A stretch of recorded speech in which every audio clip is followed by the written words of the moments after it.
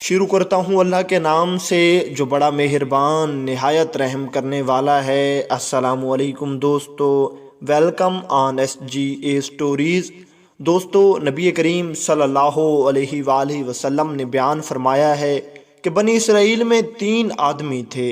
ان میں سے ایک آدمی کے چہرے پر برس کے داغ تھے، دوسرے کے سر پر بال نہیں تھے اور تیسرا آنکھوں سے اندھا تھا۔ ان تینوں کے ساتھ عجیب معاملہ پیش آیا۔ ان میں سے وہ آدمی جس کے چہرے پر برس کے داغ تھے، شکل بھی اچھی نہیں تھی، لوگ اسے دیکھنا پسند نہیں کرتے تھے۔ محفل میں بیٹھ کر یہ اپنے آپ کو مجرم کی طرح محسوس کرتا تھا، اس لیے بڑا پریشان پھرتا تھا۔ اس کا کاروبار بھی نہیں چلتا تھا۔ اس کے پاس ایک آدمی آیا اور آ کر اس آدمی نے کہا، بتاؤ کہ تمہاری کوئی پریشانی ہے؟ یہ آدمی جس کے چہرے پر برس کے داغ تھے کہنے لگا، ہاں بڑی پریشانی ہے۔ اس آدمی نے پوچھا، کون سی پریشانی ہے؟ یہ آدمی کہنے لگا، اللہ تعالیٰ میرے برس کے داغ ٹھیک کر دے، میرا چہرہ اس قابل ہو جائے کہ میں لوگوں کے درمیان بغیر کسی جھجک کے بیٹھ سکوں اور میرا کاروبار بھی چلنے لگ جائے تاکہ میں عزت کی روزی کھا سکوں، میرے لیے یہی کافی ہے۔ چنانچہ اس آدمی نے دعا کی، اللہ تعالیٰ نے اس بندے کی برس کی بیماری کو دور کر دیا اور اسے ایک اونٹنی عطا کی۔ اونٹنی کی نسل اتنی بڑھی کہ ہزاروں اونٹ اور اونٹنیوں نے اس سے جنم لیا اور وہ ہزاروں اونٹوں کا مالک بن گیا۔ اس کا شمار اب امیر آدمیوں میں ہونے لگا۔ پھر وہ آدمی دوسرے آدمی کے پاس گیا جس کے سر پر بال نہیں تھے۔ لوگ اس کا مذاق اڑاتے رہے تھے اور اسے گنجا کہتے تھے۔ کاروبار بھی اس کا اچھا نہیں تھا، لہذا وہ بھی پریشان رہتا تھا۔ اس آدمی نے پوچھا، سناؤ بھائی تمہارا کیا حال ہے؟ وہ کہنے لگا، بس ایک تو سر پر بال نہ ہونے کی وجہ سے پریشان ہوں اور دوسرا کاروبار نہ ہونے کی وجہ سے بھی پریشانی ہے۔ اس آدمی نے کہا، اچھا اللہ تعالیٰ تمہارے سر پر خوبصورت بال اگا دے کہ تم دیکھنے میں خوبصورت نظر آؤ، اور اللہ تعالیٰ تمہیں اچھا کاروبار بھی عطا کرے۔ چنانچہ اس کے سر پر خوبصورت بال آ گئے اور اللہ تعالیٰ نے اس کو ایک گائے عطا کی۔ اس گائے کی نسل اتنی بڑھی کہ ہزاروں گائیں اس کی ملکیت میں آ گئی اور یہ بھی اپنے وقت کے بڑے آدمیوں میں شمار ہونے لگا۔ پھر وہ آدمی تیسرے آدمی کے پاس گیا اور پوچھا کہ سناؤ تمہارا کیا حال ہے؟ تیسرا آدمی کہنے لگا، میں تو آنکھوں سے اندھا ہوں، میں تو ٹھوکریں کھاتا پھرتا ہوں، میں تو لوگوں سے بھیک مانگتا ہوں، میری بھی کیا زندگی ہے؟ دعا کرو کہ اللہ تعالیٰ مجھے بینائی عطا فرما دے۔ اس کو اللہ تعالیٰ نے بینائی بھی عطا فرما دی اور اس کو ایک بکری بھی عطا کی۔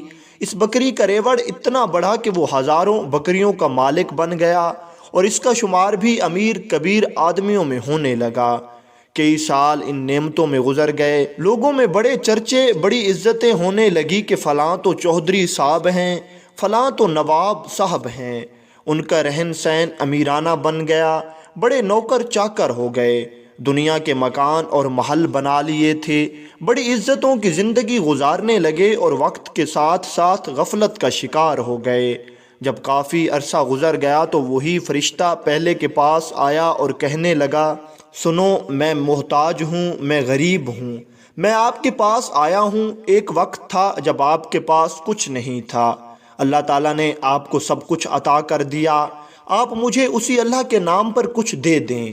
یہ سن کر اس آدمی کو بڑا غصہ آیا اور کہنے لگا، تم نے یہ کیوں کہا کہ ایک وقت تھا جب تمہارے پاس کچھ نہیں تھا؟ میرا دادا امیر، میرا باپ امیر اور میں خود امیر، میں نے بچپن میں فلاں جگہ زندگی گزاری، میں نے تو سونے کا چمچ منہ میں لیا اور پیدا ہوا تھا، میں نے تو بچپن سے دولت دیکھی ہے، ارے میں تو خاندانی امیر ہوں، تم کیسی باتیں کرتے ہو؟ تم نے لوگوں کے سامنے یہ بات کر کے میری بے عزتی کر دی۔ فرشتہ اس آدمی سے کہنے لگا، اچھا پھر جیسے تم پہلے تھے اللہ تعالیٰ تمہیں ویسا ہی کر دے۔ یہ کہہ کر فرشتہ وہاں سے چلا گیا۔ مشیت خداوندی سے اس کو پھر برس کا مرض ہو گیا، ایسی بیماری پھیلی کہ ساری کی ساری اونٹنیاں مر گئیں، جائیداد بھی ختم ہو گئی اور یہ اسی پہلی والی حالت میں دوبارہ آ گیا۔ پھر وہ آدمی دوسرے کے پاس گیا، اس کو کہنے لگا کہ میں بڑا ہی غریب ہوں، محتاج ہوں، مجھے اللہ کے نام پر کچھ دے دو۔ اسی اللہ کے نام پر جس نے آپ کو سب کچھ دیا ہے، حالانکہ آپ کے پاس تو اپنا کچھ بھی نہیں تھا۔ وہ آدمی اس فرشتے سے کہنے لگا جو اس وقت انسانی شکل میں تھا، تم نے کیسی بات کر دی ہے؟ ارے میں بڑا عقل مند آدمی ہوں، دنیا مجھے بڑا بزنس مین کہتی ہے، دنیا میرے فیصلے تسلیم کرتی ہے، میں نے فلاں کاروبار کیا، ایسا سودا کیا کہ مجھے اتنی بچت ہوئی، فلاں سودا کیا تو مجھے اتنی بچت ہوئی۔ میاں محنت سے کمایا ہے، بغیر محنت کے کچھ نہیں ملتا۔ تم ویسے ہی چل کر آ گئے ہو، بھوکے ننگے بن کر، تمہیں کیسے مل سکتا ہے؟ ہم نے یہ محنت کی کمائی کی ہے، کوئی آسمان سے ویسے نہیں گر گیا، ہم نے دن رات اس کے پیچھے محنت کی، تب ہمیں یہ ملا ہے۔ جب اس نے اس قسم کی باتیں کی تو یہ آدمی کہنے لگا، اچھا جیسے تم پہلے تھے پھر اللہ تعالیٰ تمہیں ویسا ہی کر دے۔ جب اس فرشتے نے بد دعا کر دی تو اس کی گائیں سب کی سب مر گئیں، جائیدادیں نقصان کا شکار ہو کر ہاتھوں سے نکل گئیں، اس کے سر کے بال بھی گر گئے، جس حالت میں پہلے تھا اسی حالت میں وہ دوبارہ آ گیا۔ پھر یہ فرشتہ تیسرے آدمی کے پاس گیا اور اسے جا کر کہا کہ میاں میں ایک محتاج آدمی ہوں، میں غریب ہوں، مجھے کچھ دے دو، اسی اللہ کے نام پر جس نے آپ کو سب کچھ عطا کیا ہے، حالانکہ آپ کے پاس تو کچھ بھی نہیں تھا، آپ پہلے تو آنکھوں سے بھی محروم تھے۔